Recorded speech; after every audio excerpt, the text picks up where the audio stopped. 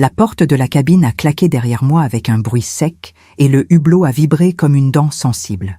L'air conditionné soufflait trop fort, me glaçait les avant-bras pendant que je fouillais dans le porte-documents bleu que mon fils m'avait tendu à la gare, un sac assez chic pour me faire croire à une attention tendre. « Pour te détendre, maman, tu en as bien besoin. Profite. » Il avait souri, pressé. Les haut-parleurs du paquebot crachotaient un français poli mêlé d'anglais. Exercice de sécurité à 18h, pont 5. Je venais tout juste de poser ma valise quand j'ai déplié l'itinéraire et senti la brûlure au fond de la gorge. En haut, noir sur blanc, Marseille, La Valette, aller simple. J'ai d'abord cru à une coquille. Je me suis frotté les yeux. Et puis j'ai vu la note griffonnée au stylo bille dans une écriture qui n'était pas la mienne. Contact principal, T. Borel. Ne pas proposer assurance rapatriement. Mon cœur a fait un bruit sourd, un battement qui a décalé le temps d'un pas. Sur la couchette, le dossier pendait de travers. Un coin de papier dépassait d'une pochette plastique. Le bateau vibrait à peine, un ronronnement puissant sous mes pieds. J'ai pensé à mon appartement du 11e arrondissement, aux volets bleus, à l'odeur de cire d'abeille dans la cage d'escalier. J'ai regardé l'heure sur ma montre, 17h23, et j'ai posé la main sur le dossier comme on retient un drap qu'on va vous arracher. Dans 13 minutes, l'exercice. Dans 3 heures, le large. Dans 2 jours, Malte. Et dans ma tête, une phrase qui n'arrivait pas à devenir un cri. Pourquoi un aller simple? Je m'appelle Claire, 62 ans, veuve depuis 8 ans, comptable à la retraite, qui sait encore compter les regards qui se détournent dans un bureau et les colonnes qui ne s'additionnent plus dans un cœur. Pour Thomas, mon fils, je suis maman ou la vieille, selon qu'il est plein de bons sentiments ou plein d'angoisse à cause de ses dettes. Je n'avais pas voulu voir les messages de relance glisser entre des photos de lui sur un scooter, les projets jamais aboutis, sa façon de promettre demain avec un sourire de vendeur en porte-à-porte. Quand il a parlé de croisière, j'ai imaginé le ponçage d'un chagrin, une parenthèse, la lumière du sud, des ponts lisses, du thé brûlant au petit matin, des villes qui sentent le sel et la pierre humide, pas un aller simple. Pas un plan qui me soulevait comme un tapis pour me faire disparaître par en dessous. Le pire, c'est que j'ai honte. Honte d'avoir été contente, de m'être maquillée un peu plus que d'habitude, d'avoir dit à ma voisine Nadine en descendant la poubelle « Il est gentil, mon fils, il ne dit pas, mais il s'inquiète pour moi. » Nadine avait souri avec ses yeux bleus un peu secs. « Profitez pour moi, Claire. » J'entends encore sa voix, ce tremblement dans le « pour moi » qui dit qu'elle n'a pas voyagé depuis 30 ans. Ce soir-là, je me suis forcée à respirer par le nez, longuement, comme me l'avait appris le kiné après ma bronchite. Inspirer en comptant jusqu'à 8, expirer jusqu'à 8. J'ai pris mon téléphone. En bas à droite, un pictogramme de réseau barré. Mode avion. J'ai désactivé. Rien. Une barre grise vacillante, l'ombre d'une connexion. Sur la table, dans une enveloppe Kraft, 2 formules bien-être, déjà cochées. Au dos de l'enveloppe, des initiales que j'ai reconnues, celles de Thomas, faites en hâte, avec un T qui mord le papier, et ce gribouillis, pensez à changer barillet. Je me suis accroché au bord du petit bureau. Le bois lamellé me rentrait dans la paume. Pensez à changer barillet. Je n'entendais presque plus le vrombissement du moteur. À la place, j'entendais ma serrure chez moi, la vieille Ferco, le cliquetis qu'elle faisait quand on introduisait la clé. Mon fils avait écrit ça sur l'enveloppe de ma croisière. Ils m'ont mise dans ce bateau en croyant que je fermerais les yeux avec la fatigue du large. Ils ont oublié que l'on ne désapprend pas une vie à regarder des détails. À 18h02, j'étais au pont 5, je regardais des couples s'attacher des gilets avec un sérieux de premier de classe. Mais mes mains, elles, continuaient d'ouvrir et fermer cette enveloppe Kraft comme on ouvre et ferme un dossier sur un bureau où l'air est lourd. La personne qui a lancé l'exercice de sécurité a eu un sourire mécanique. J'essayais de ne pas trembler. Je connaissais la mer en spectatrice, les étés à Cancale, les crêpes un peu graisseuses au retour de la pointe. Mais pas la mer comme un plan qui vous colle au dos comme un post-it. Le ciel était d'un bleu insolent. Les autres passagers riaient parfois, nerveux, en enfonçant leurs bras dans des gilets oranges qui sentaient le plastique neuf. Moi, je pensais à barillet. La première nuit, j'ai dormi par à-coups, avec la rumeur des vagues qui frappaient la coque comme un rappel sonore. Tu ne contrôles pas. La lumière rouge de la salle de bain clignotait légèrement, un défaut d'ampoule si discret que j'aurais pu le prendre pour un battement de cœur projeté au plafond. Quand je me suis réveillée à 5h58, j'ai décidé de marcher. Sur le pont, l'air m'a cinglé les joues. Quelques silhouettes en peignoir traînaient des pas, un café brûlant dans une main, une solitude dans l'autre. Mes pensées revenaient sans cesse au dossier, à l'aller simple. En bas, au pont 2, près de la réception, j'ai vu l'agent de bord qui avait scanné mon billet la veille. Il avait des lunettes rondes qui luisaient sous les néons. J'ai fait semblant de demander l'heure du petit déjeuner. En réalité, je regardais l'écran de son ordinateur. Sur une ligne, mon nom, Claire Borel. Sur la colonne « Retour », des tirets. Pas « non défini », des tirets. Comme si l'option n'avait jamais existé. J'ai attendu qu'il se penche pour ramasser un badge tombé derrière le comptoir et j'ai saisi mon téléphone. Vite, j'ai cadré ce que je pouvais. La photo est sortie un peu floue, mais on distingue mon nom, cabine 53114 et surtout ses tirets. J'ai noté l'heure 6h17 et j'ai fait un deuxième cliché, cette fois avec mon bracelet de cabine au premier plan, pour lier l'instant au contexte. Un détail. Une preuve légère comme une écaille, mais qui, parfois, tranche un mensonge plus sûrement qu'un couteau. Quand je suis remontée, j'ai vu un steward adosser un chariot au mur, un jeune homme aux yeux noirs un peu rieur. Il a croisé mon regard, a levé le sourcil, et dans ce geste, j'ai décidé d'appeler cela une complicité. « Vous pourriez... » ai-je commencé, puis je me suis ravisée. « Non, merci, bonne journée. » Il a souri plus franchement, comme s'il savait déjà que j'allais revenir vers lui. J'ai pensé aux enjeux, comme on range des dossiers dans leur boîte. Ma réputation, je ne suis pas folle, je ne suis pas fragile, je me connais, ma maison, le salon baigné du soleil de 10h du matin, le parquet où on entend un léger couinement près de la fenêtre, mon indépendance. J'ai trop travaillé pour qu'on m'enferme dans des intentions non dites. Depuis la mort de Jacques, mon mari, un mercredi de novembre à 11h56, j'ai appris la lenteur. Mais la lenteur n'est pas l'oubli. Thomas et moi, nous avons survécu l'un à l'autre, parfois mal, avec des silences, des petites hypocrisies polies. Je savais ses colères, ses impatiences. Ce que je n'avais pas voulu voir, c'est sa peur. La peur de manquer, la peur d'être ordinaire, la peur de ne pas payer ses dettes de 17 000 € accumulées auprès de amis qui aiment l'argent avec des mains lourdes. Il m'avait parlé d'un investissement, d'une microbrasserie avec un copain. J'avais dit « sois prudent », l'expression molle des mères qui craignent de jouer le rôle de la méchante. Il a entendu « je te suivrai partout ». J'ai décidé, sur ce pont balayé de soleil, que la suite, ce serait moi qui la tisserais.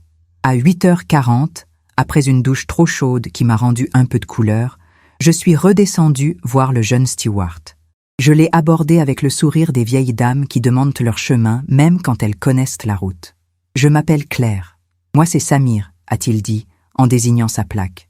Je lui ai raconté dans un fil serré, sans pathos, l'aller simple, la note au stylo, les tirets sur son écran. Samir n'a pas tout de suite répondu. Il a regardé autour, puis a penché la tête. « Madame, hier, un homme a appelé la réception avec votre numéro de dossier. Il disait être votre fils. Il a insisté pour qu'on conserve votre passeport au coffre pour éviter les pertes. Sauf que nous ne faisons ça que si la personne le demande elle-même. On lui a dit non. » Il parlait bas. J'entendais derrière lui le bruit de couverts dans la salle du petit déjeuner. « Vous pouvez noter l'heure ?» ai-je demandé. Samir a affiché le journal d'appels internes. Hier à 14h32. J'ai sorti mon téléphone, j'ai pris une photo. Cette fois, j'ai fait très attention. Le cadrage, le reflet de l'horloge au mur, le badge de Samir dans un coin. « Merci », ai-je dit. Il a hoché la tête, presque sérieux. « Faites attention. » À 12h15, je me suis assise au bord du pont avec un carnet. J'ai écrit une liste avec un stylo à l'encre bleue qui a bavé sur le carton humide. Aller simple. Note, ne pas proposer rapatriement. Tiret. Appel Fils. 14h32. Barillet. Je me suis surprise à sourire, ce petit sourire tordu que j'ai quand une addition tombe juste. Au même moment, un message vocal s'est déclenché sur mon téléphone. Un vieux réflexe. Je garde mes répondeurs, je ne sais jamais pourquoi. La voix de Thomas, datée de avant-hier à 21h43. « Maman, tu vas adorer, vraiment. Pense à éteindre ton tel. Ça capte mal sur les bateaux, et puis, détends-toi, hein ?» Sa voix avait la mollesse d'un coussin. « Éteins ton tel ?» ai-je répété en regardant la mer. La mer a minaudé. indifférente. Nous avons accosté à la Valette un jeudi, à 9h20. Le ciel était blanc, des mouettes passaient en ricanant. Dans la file des passagers qui descendaient, j'ai senti une main se poser sur mon épaule. « Samir, venez au bureau, s'il vous plaît. » La responsable, une femme sèche avec un chignon si serré qu'il donnait mal à la tête rien qu'à le voir, m'a tendu un formulaire en anglais. « Signature needed for passport custody. » Je l'ai regardé. « C'est une blague ?» Elle a levé les mains. « On m'a laissé ça dans ma bannette avec votre dossier. Ce matin à 6h59. À 6h59. Je n'ai pas signé. Je me suis retourné vers Samir. Il a fait un tout petit nom de la tête, discret comme une respiration. Je suis descendu à terre avec mes affaires serrées contre moi, comme si le vent allait tenter de me les voler. Là-bas, au port, j'ai cherché un café avec le Wi-Fi. J'ai trouvé un bar à touristes où l'on vendait des bières tièdes à 6,50 €. J'ai commandé un espresso puis un second. J'ai réussi à accrocher un réseau chancelant. Mes mails ont jailli comme une volée d'oiseaux surpris. Dans ma boîte, un message de l'agence de voyage, Croisière and Escale, datant de lundi 15 de septembre, 11h04, avec un PDF joint, bon de commande, Borel clair, aller simple. Le PDF s'est ouvert, lent, puis net. En bas d'une page, une mention. Reçu espèce, 1200 €, 1200 €. Espèce. Thomas n'aime pas les espèces. Ou plutôt, Thomas n'aime que les espèces quand elles n'engagent pas de traces. J'ai enregistré le PDF en local, je l'ai renvoyé à mon propre mail avec pour objet Preuve 1, aller simple, reçu espèce, 15 septembre, 11h04. J'ai pris une capture d'écran où l'on voit la barre d'état. L'heure, 10h59. La date écrite en toutes lettres. J'ai pensé, il compte sur la fatigue, sur la chance, sur l'oubli. Le temps à Malte a eu la texture d'un cauchemar mou, avec des pavés trop lisses où l'on glisse facilement. Je n'étais pas naïve. Revenir en France serait possible. On revient toujours d'un aller simple. Mais ce n'était plus ça. C'était ce qui m'attendait à la maison. Je voyais le barillet, la serrure, une nouvelle clé qui n'était pas la mienne. J'ai trouvé un avion le lendemain, vendredi 17h10, et j'ai payé 270 € avec ma carte. La banque a autorisé, puis a envoyé un SMS « usage suspect » que je n'ai pas reçu. Quand je suis arrivé à Orly à 23h52, j'ai pris un taxi, la bouche sèche. La ville avait ce goût de métal mouillé qu'elle garde après la pluie. Devant ma porte, rue Saint-Maur, la poignée m'a paru plus froide qu'à l'habitude. Ma clé a refusé de tourner. Pas un grincement, pas une résistance. Un refus net, métallique. Les lumières de l'escalier étaient en mode minuterie. Quand elles se sont éteintes, je me suis retrouvé dans un noir aussi brut que celui d'une salle de cinéma après le générique. Je ne me suis pas mise à pleurer. C'est une fierté un peu bête. Je ne pleure presque jamais face aux portes. J'ai sonné chez Nadine. Elle a ouvert en robe de chambre, ses cheveux courts en bataille, une odeur d'infusion à la verveine dans le couloir. Elle a vu ma valise, a vu mes yeux, a dit seulement « Entre ». Je lui ai montré la clé, la serrure. Nadine m'a raconté, en m'apportant un grand bol d'eau tiède pour mes mains raides. Mardi vers 17h, un serrurier est monté avec un jeune homme, brun, mince, avec un bombeur bleu. Il a dit qu'il était votre fils. J'ai demandé pourquoi on changeait la serrure. Il m'a répondu qu'on avait perdu les clés, que c'était urgent. J'ai trouvé ça bizarre, mais... Elle s'est interrompue. Elle n'avait pas osé. Moi non plus, je n'avais pas osé lui dire que le bombeur bleu était le vêtement préféré de Thomas quand il voulait avoir l'air propre. « Tu as remarqué l'entreprise ?» Elle a plissé les yeux. Une camionnette blanche, un logo vert. J'ai pris une photo pour prévenir le syndic au cas où. Nadine est de celles qui prennent des photos au cas où. Elle m'a montré son téléphone. Un cliché pris depuis sa porte, daté par l'horloge interne, mardi 17h15. On y voit la camionnette, 2 hommes et, détail, au bras du jeune homme, un bracelet en cuir brun que Thomas porte depuis des années. J'ai envoyé la photo sur mon téléphone, j'ai renvoyé à mon mail, preuve 2, changement serrure, mardi 17h15, photo Nadine. Le lendemain matin, j'ai descendu mes épaules, je suis allé chez le syndic. Assemblée NC, une petite agence au rez-de-chaussée, poster défraîchi de copropriété qui n'existent à ce point que dans les rêves des promoteurs. La gestionnaire, une femme vive nommée Élise, m'a accueilli sans me connaître. Quand je lui ai expliqué, sa bouche s'est serrée. On a reçu, jeudi, une procuration générale au bénéfice de votre fils pour vous représenter à l'assemblée extraordinaire de demain, samedi, pour la mise en vente de votre appartement afin de financer une dépendance. Elle a tapé sur son clavier. Ses ongles cliquetaient comme de petits marteaux. La procuration porte la date du 25 septembre, cachet mairie du 11e. On était le 27. J'aimerais en voir une copie, ai-je dit. Elle m'a imprimé le document. Ma signature, mon nom, et cet alignement qui a tué le peu de sommeil qui me restait, je donne tout pouvoir à M. Thomas B., mon fils, pour agir en mon nom, y compris la vente de mon bien ciseaux. La sueur m'a piqué dans le dos. Je n'ai pas signé ça. Élise a levé les sourcils. Et nous n'aurions pas dû accepter sans vérification renforcée, mais vous êtes du syndic depuis longtemps et... Elle n'a pas fini.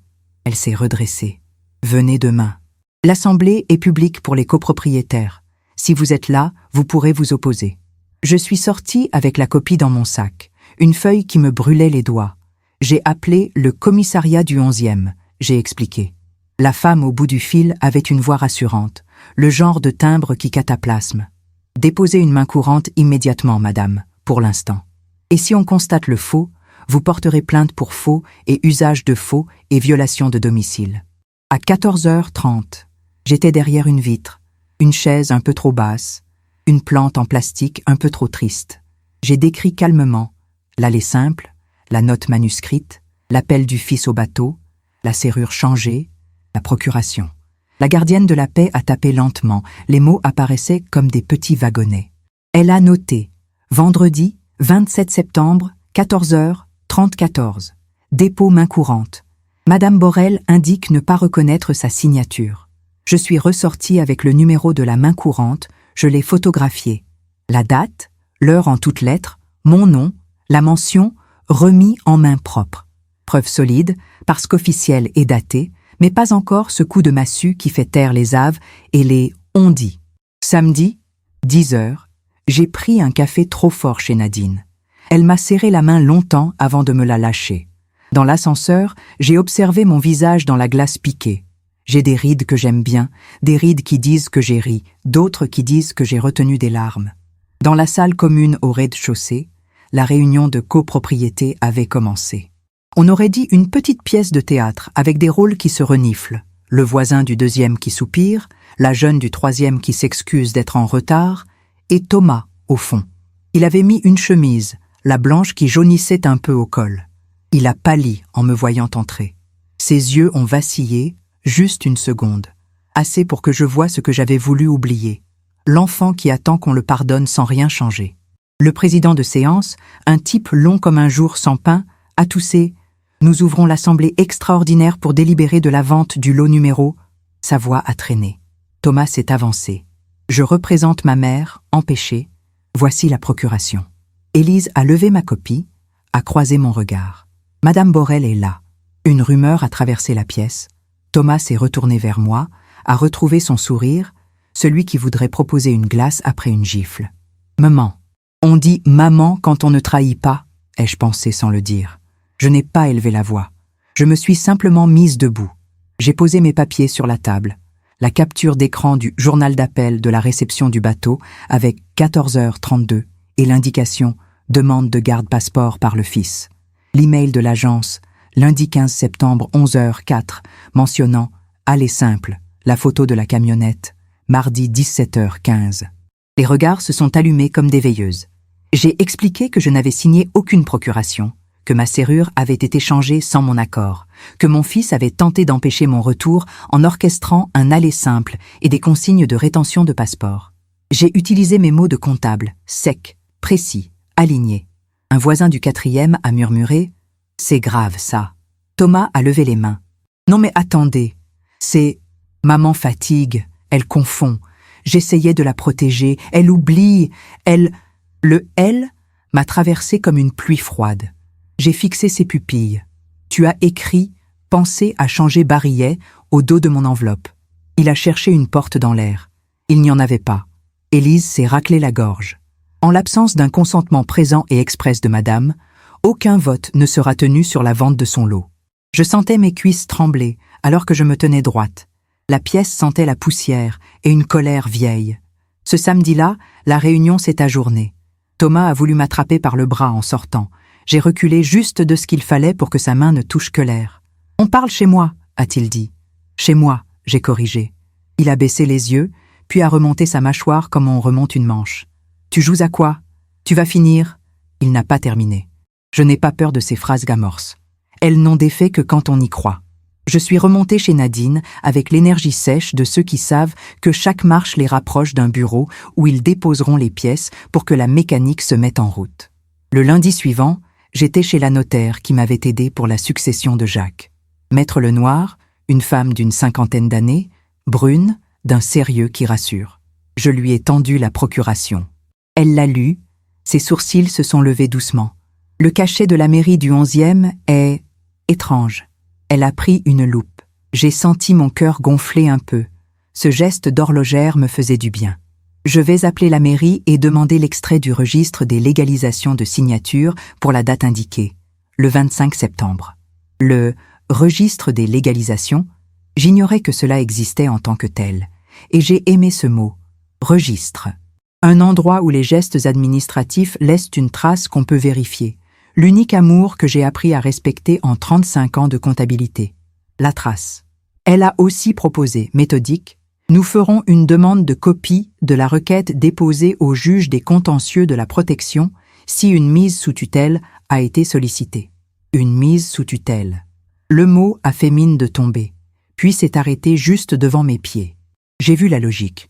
Embarquer maman, changer la serrure, présenter la vente comme nécessaire à sa dépendance, appuyé d'un certificat médical circonstancié, je voyais même le type de médecin qu'on trouve pour ça. Un faux gentil avec de la fatigue dans le regard et des dettes à lui aussi. Le mercredi, à 9h22, la mairie a répondu à Maître Lenoir par mail. J'étais dans son bureau. Elle a ouvert le message devant moi. Aucun enregistrement de légalisation de signature au nom de Madame Claire Borel à la date du 25 septembre 2025. La phrase a claqué comme un coup de fouet contre le dos du mensonge. En revanche, lisait Maître Lenoir à voix haute, une légalisation a été enregistrée ce jour-là au nom de Monsieur Thierry Bonnet, sans lien avec la dame. Lenoir a imprimé la réponse, a tamponné « copie », a noté au stylo 11 mots, aucun enregistrement, 25 septembre. Ce fut pour moi la première sensation de solide sous mes pieds. Nous tenons notre preuve définitive en germe, a-t-elle dit posément. J'ai senti de la gratitude monter, curieusement liquide, pour cette femme qui ne dramatisait pas, qui alignait simplement des faits comme on visse des boulons. Le vendredi suivant, j'ai reçu un recommandé à l'adresse de Nadine, j'avais fait faire un suivi temporaire. La lettre venait du tribunal judiciaire de Paris, chambre du contentieux de la protection. Audience fixée au mardi 7 octobre 2025, 10h30, sur requête de M. Thomas Borel, sollicitant une mesure d'habilitation familiale tutelle à l'égard de Mme Claire Borel. Le papier sentait le tonnet et la froideur. La requête annexée mentionnait un certificat médical circonstancié du Dr X Leclerc, psychiatre, daté 13 septembre 2025. J'ai reconnu vaguement le nom. Un cabinet anonyme rue Servant, affublé d'un plateau en simili-bois. Je n'ai jamais vu ce médecin, ai-je dit à haute voix. Nadine a levé les yeux de son tricot. Il se fiche du monde, a-t-elle dit simplement. Maître Lenoir m'a mise en contact avec une avocate, Maître Agathe Caron, spécialiste du contentieux de la protection. Agathe avait la trentaine, une voix très douce qui peut devenir dure au milieu d'une phrase, exactement quand il faut. Nous allons demander au juge la communication du dossier, certificat, pièces, et nous produirons vos preuves. Elle a empilé la capture d'écran du bateau, la note manuscrite ne pas proposer rapatriement, l'email de l'agence 15 septembre, la photo de la camionnette mardi 17h15, la main courante vendredi 27. Et surtout, la réponse de la mairie, aucun enregistrement de légalisation. Elle a souri, un sourire qui ressemble à une lumière blanche. Et nous allons demander un certificat de non-retrait de dépôt à la banque qui aurait soi-disant versé des fonds pour une maison de retraite. Ce type de dossier ment toujours au même endroit, sur le pour le bien de, ce mot-là camoufle les dents. Les jours qui ont précédé l'audience ont été comme des galets, durs, inégaux, agréables à la main quand on trouve enfin la prise. Je suis allé chez Croisières à Escale un lundi à 16h. La boutique sentait le plastique neuf et le parfum trop sucré. La conseillère, une jeune femme aux ongles trop longs pour taper vite, a pâli quand j'ai dit mon nom. « Votre fils est venu 2 fois, a-t-elle lâché, comme on soulève un couvercle sur une casserole qui grésille. D'abord pour payer en espèces pour ne pas faire patienter sa mère, ensuite pour ajuster les options. Ah, ajuster? Il a demandé d'enlever toute option dépannage assurance retour. Je lui ai dit que ce n'était pas très prudent. Il a ri. Elle a baissé la voix. J'ai gardé les post-it des consignes parce que je trouvais ça étrange. Elle a fouillé, en a sorti un petit rectangle jaune devenu un peu gris. Au feutre, on lisait « Aller simple, ok. Ne pas proposer rapatriement, appel fils si souci passeport. » J'ai senti la colère me chauffer la nuque. Puis-je photographier? Elle a hoché la tête. J'ai pris la photo, j'ai demandé une attestation, elle a imprimé sur papier à en-tête « Croisière and escale ». Je sous-signais atteste que M. Thomas Borel a acquitté en espèces la somme de 1 200 € le lundi 15 septembre 2025 à 11h04 et a expressément demandé la suppression des options de rapatriement. Elle a signé 15h58, à tamponner. C'était parfait. Une mise au propre du post-it, le petit fil qui devient corde. Le mardi de l'audience, je me suis levée à 6h12. Il faisait froid. J'ai choisi une robe bleu nuit et un foulard gris. Je me suis regardée dans la glace. J'ai pensé à Jacques qui me disait « Tu es droite, Claire » quand je passais un examen. À 9h23, j'étais devant le tribunal, boulevard du Palais. Agathe m'attendait, le dossier entre les bras. « Vous tenez ?»« Oui. » Nous avons traversé des couloirs trop blancs. La salle d'audience sentait le papier, la patience et un peu la poussière. Des familles se parlaient, sans se regarder. Thomas est arrivé avec un homme au costume trop serré. Son avocat, visiblement.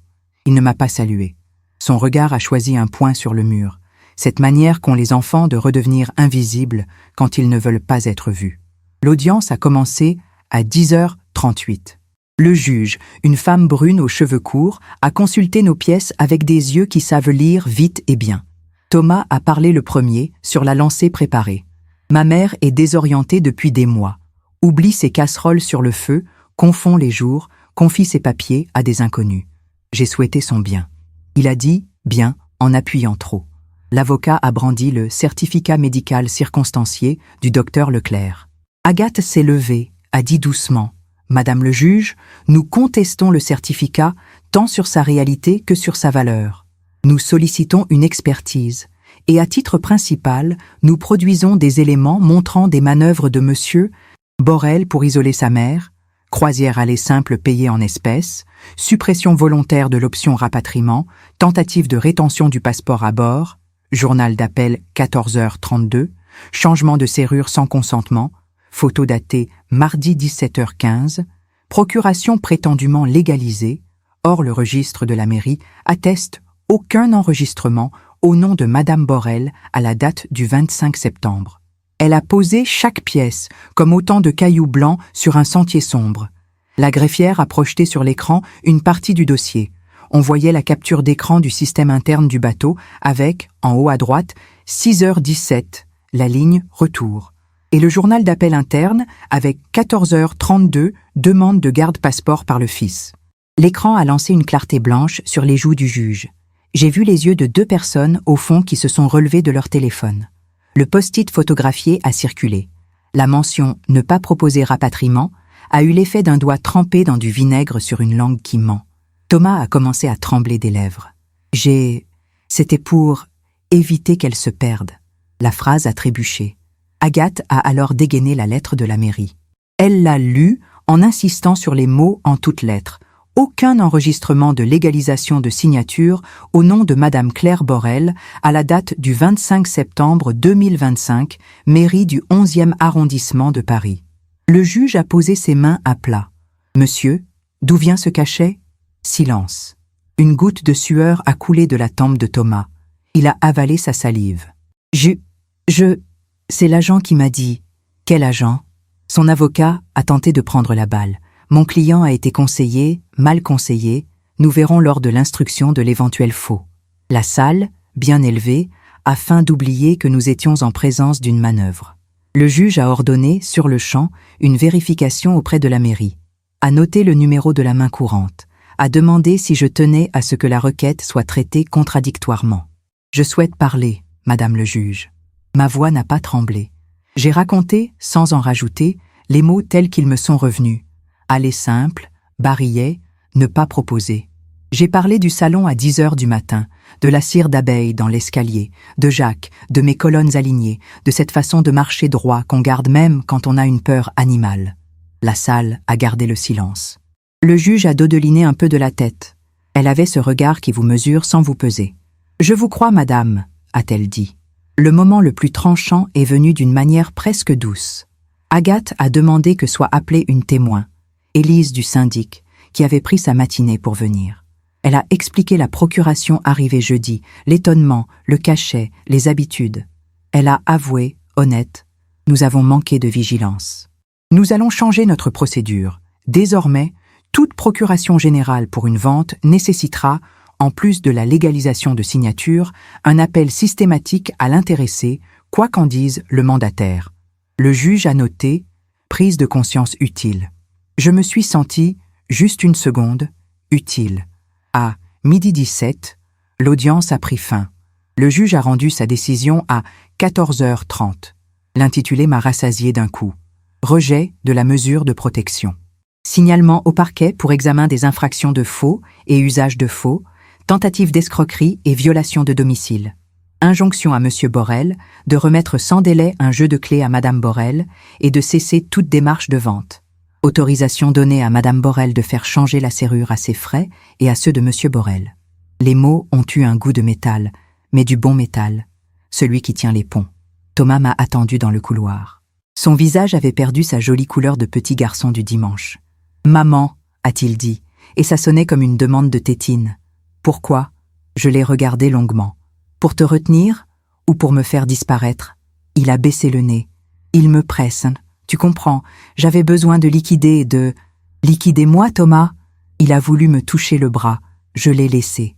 Sa main était froide. « Je te paierai une maison de retraite bien... » Je me suis mise à rire, un rire que je n'ai pas reconnu, un rire sec, presque beau. Je m'en occuperai, quand j'en aurai besoin. Pas toi, pas comme ça. Son avocat est venu lui poser une main dans le dos. Ils sont partis. Je suis restée un moment assise sur un banc de bois. Les nervures m'ont chatouillé les cuisses à travers la robe. Agathe s'est assise à côté de moi. On va maintenant sécuriser votre domicile et déposer plainte pénale. Ensuite, on respire. Merci, ai-je dit. Elle a fait un petit signe de tête. Vous vous êtes tenu. Ça compte. L'après-midi même, un serrurier recommandé par le commissariat est venu. Il a regardé la serrure. Travail du mardi, fin d'après-midi. Serrure standard 3 points. Je change. Je vous remets 2 jeux. À 16 points.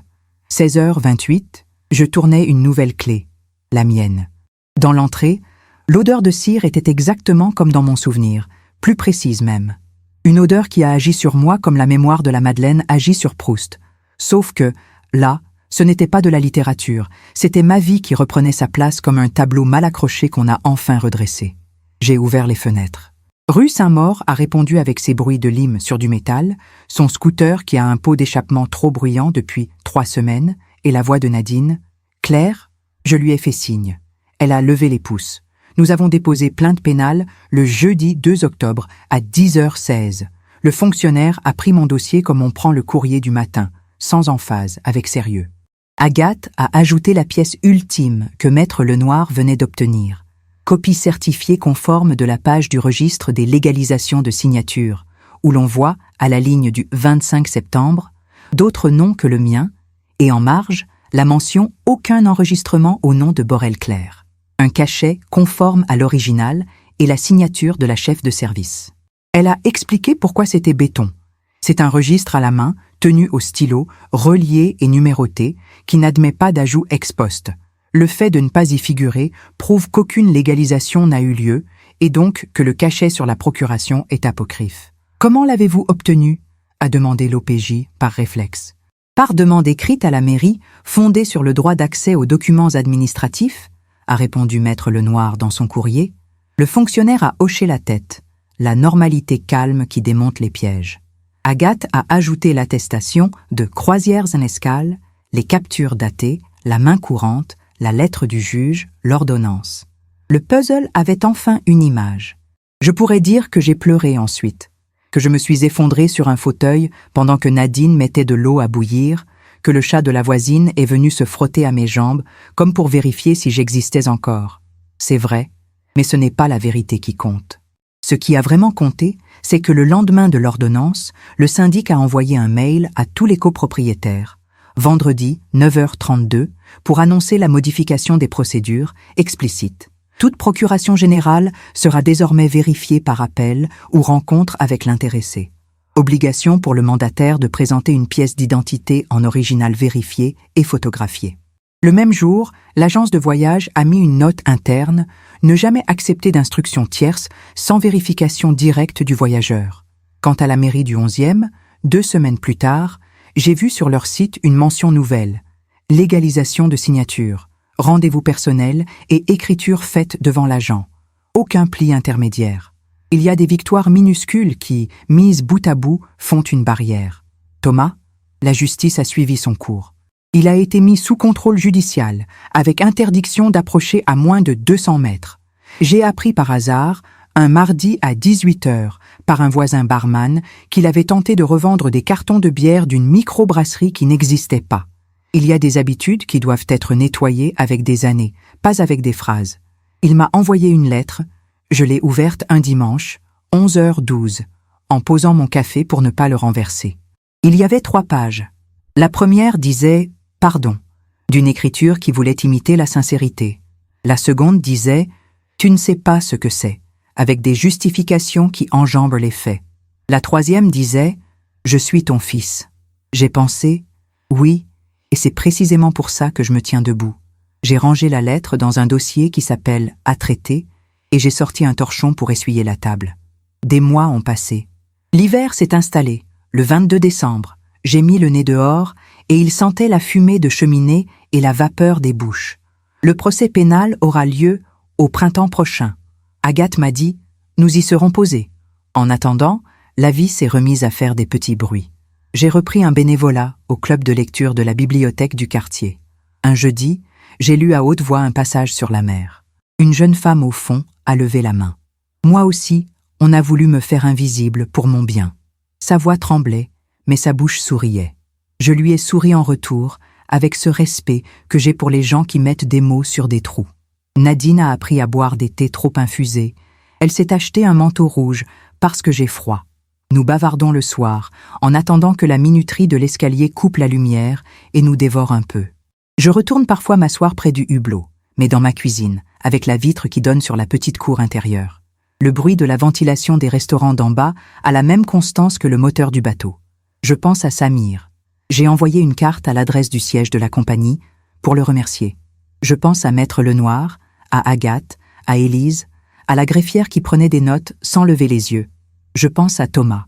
Ce que je me répète, c'est que la loyauté ne se prouve pas en achetant des cadeaux qui enferment, qu'on ne protège pas quelqu'un en lui coupant le retour, et qu'en France, nous avons des mots pour nos mécanismes et des mécanismes pour nos mots, registre, main courante, ordonnance, signalement. J'aime ces mots. Ils sont comme des chaises solides sur lesquelles s'asseoir quand le monde bouge trop. J'essaie de dire cela sans pathos. J'ai eu peur. À 4h du matin, un samedi, je me suis réveillée avec un goût de fer dans la bouche. L'idée d'une maison de retraite décidée par les autres me faisait mal partout, mais j'ai aussi eu une forme de joie. La joie d'être encore assez vivante pour compter, pour remonter un fil, pour regarder un juge dans les yeux et ne pas baisser les miens. Il n'y a pas de revanche ici, juste de la mise au point. Je n'ai pas envie d'étouffer Thomas sous les amendes. Je veux juste qu'il apprenne que l'amour est un verbe qui n'a pas besoin d'adverbe. On ne excessivement protège, pas. On compose, on écoute, on se tait quand on ne sait pas. Un lundi 10 janvier, j'ai reçu un courrier de Croisières à Nescale avec un bon d'achat, un mot griffonné. Nous sommes désolés pour la manière dont cela s'est déroulé. J'ai regardé le bon, j'ai ri. Je l'ai tendu à Nadine. « Tu viens ?» Elle a haussé ses épaules maigres, puis ses yeux se sont changés en eau brillante. « J'ai peur de la mer. »« Moi aussi, » ai-je dit. « On ira en train à La Rochelle. » Nous avons réservé 2 sièges, côté fenêtre. Départ à 10h45. J'ai préparé des sandwichs au jambon beurre dans la cuisine qui sentait la cafetière italienne. Le trajet a eu la douceur d'un pansement chauffé au radiateur. Sur le port, À 15h11, j'ai regardé une ligne d'horizon trembler et je n'ai pas tremblé. Nadine a serré mon bras. Nous avons ri de nos chaussures qui prenaient l'eau. Je pourrais m'arrêter là, sur une image de tranquillité savamment composée. Mais je veux garder le goût des procédures, parce qu'elles m'ont tenu. La plainte suit son chemin. L'OPJ m'appelle parfois à 17h, parfois à 8h20. Une fois, il a dit « On a entendu le docteur Leclerc. Il affirme avoir vu Madame Borel. » J'ai serré le téléphone. Nous avons demandé ses registres de rendez-vous et les cahiers d'ordonnance. Il n'y figure pas de rendez-vous 13 septembre à votre nom. J'ai senti ma bouche desserrer un peu. La médecine aussi a ses registres. Ils sont eux aussi tenus à la main, même quand l'ordinateur s'en mêle. C'est fatigant, oui, c'est long. Mais je sais maintenant que la lenteur n'est pas la lâcheté. C'est parfois la seule façon d'être exact. Certains voisins qui, ce samedi-là, avaient baissé les yeux en se tenant très droit dans leur chaise, sont venus plus tard frapper chez moi. On s'excuse, Claire, on n'avait pas compris. Je n'ai pas envie d'être la dame qui distribue des absolutions, mais je n'ai pas envie non plus d'être une statue de sel. Je les ai invités à s'asseoir. J'ai mis des tasses dépareillées, la jaune qui a un fel, la blanche qui garde la trace du rouge à lèvres d'une amie. On a parlé du syndic, des charges qui augmentent, des vélos qui encombrent l'entrée, des filles mal élevées qui jettent des mégots par la fenêtre. Parfois, quelqu'un glisse. « Et votre fils ?» Je réponds, « Il apprend. » Ils comprennent ce que je ne dis pas. J'ai gardé dans une boîte en fer, une boîte de biscuits héritée de ma mère, mes preuves. Le post-it, la capture d'écran, l'email imprimé, la lettre de la mairie, la copie de l'ordonnance, la photo de la camionnette, l'attestation de l'agence, la main courante. Je les regarde parfois, comme on regarde les photos d'un voyage. Ce sont les cartes d'une géographie particulière, la topographie d'une manipulation, les routes qu'elle emprunte, les ravins qu'elle creuse. Je les garde pour moi, mais aussi pour les autres. Un jour, à 18h40, au club de lecture, une dame m'a dit « On veut me prendre la main sur mes comptes pour mon bien. Ma fille insiste. Je ne sais plus si je dois refuser sans passer pour une ingrate. » Je lui ai dit « Demandez des copies. Demandez les dates. Demandez les heures en toutes lettres. Les bons aiment la lumière. Les autres, elle a hoché la tête, a souri. Je lui ai donné le numéro d'Agathe. Hier, 15 octobre, j'ai ouvert la fenêtre à 8h40 du matin. Le soleil a dessiné un rectangle jaune pâle sur ma table. J'ai pensé à ces rectangles de soleil qui se déplacent lentement, inexorables, plus véridiques que n'importe quel discours. J'ai posé ma main dessus. J'ai cru sentir une chaleur qui venait de l'intérieur du bois. Thomas m'a envoyé un message à 9h02. Je suis désolé. J'ai regardé l'écran. En bas, j'ai écrit « Je suis en vie » et j'ai fermé l'application. Je n'ai pas envie de punir indéfiniment. Je n'ai pas non plus envie d'oublier trop vite. Il faudra qu'il invente une manière d'être mon fils sans être mon tuteur, sans se croire mon geôlier. Il devra un jour s'asseoir à ma table et regarder droit dans ce rectangle de soleil et dire « Je n'ai pas su faire ». Ce jour-là, je lui ferai un café. Je compte les cuillères comme on compte des rivières sur une carte. Je n'en renverse plus. J'ai retrouvé la force de regarder un juge sans baisser les yeux. J'ai retrouvé le goût d'un pain beurré qu'on mange au-dessus de l'évier, debout, parce qu'on n'a pas envie de salir une assiette. Ce sont des choses minuscules, mais j'en fais des preuves aussi. Ma morale, si je dois en être comptable, tient en quelques lignes qui n'aiment pas les virgules. On ne retient pas ceux qu'on aime en leur coupant leur route. On ne protège pas en enfermant. On ne ment pas avec des cachets de mairie. Une note sur un post-it peut sauver une maison. Et j'ajoute pour moi, se tenir droite, ça s'attrape, comme un rhume, mais à l'envers. Ça se passe de mère en fille, de voisine en voisine, de femme en femme, et parfois même à un steward aux yeux rieurs qui comprend au vol.